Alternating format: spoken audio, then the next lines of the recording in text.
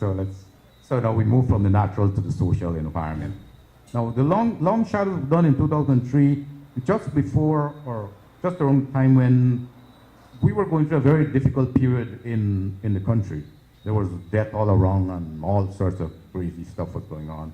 And even before this actually happened, it's like you looked at the situation and you realized that people were dissatisfied and people were protesting about stuff, and it's like you could see that there was a long, dark shadow being cast upon the nation.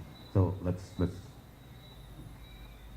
at the same time, it's like people were reaching out for help and crying out for help, and nobody was like listening, or nobody was hearing that cry. Let's move on. And this is the cry, and this is I call this expression, because people are angry, but somewhere in between, with family and all, you could find some good thing to hold on to. So I included this one, with a little happy face. Now, you were angry and you were sad at the same time. This was the front and the back of the same piece of work. And this was done from just discarded piece of wood that were knocked together and nailed together, and some pieces of steel added to it, and nails for the eyes. And it was just a spontaneous piece, like a reaction to what was going on. I mean, I felt that way, and I'm sure many other people felt the same way. Now, this was Strangled, coming from the same period, and this actually focused, well, on the village of Buxton. And if you look and you see the barbed wire coming out of the head and sort of ensnaring the head, it's like there were elements but found like safe haven somewhere in the village. I'm in no way saying that the village people were bad or anything, but there were these elements from within that was casting such a bad black shadow upon the village.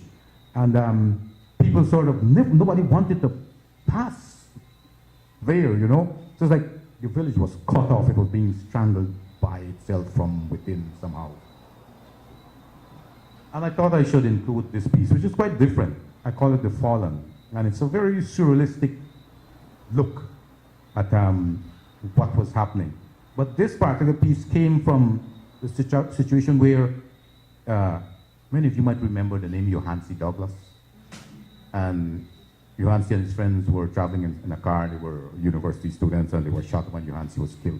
I mean, it's like these young people who were aspiring to a higher, whatever it is, were suddenly plucked out and crashed to the ground, and the whole future was broken up. So if you look, the star crashed there, and then well, that's a mirror, and the mirror broke. That's symbolic like of the future, and the star began to bleed. So this is persistent memory dealing with the same situation, where we who are left are left with the shocking memory of those who were lost and those who were very close to us. So it's like the reverberations of the shock and loss, and every time you remember, it's like a drop of water that sends wave on wave going.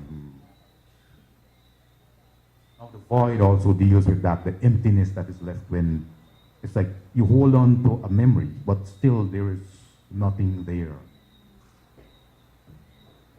Now, I didn't want to leave it there, so I ended up with this piece called The Rising. There is some hope beyond all of that.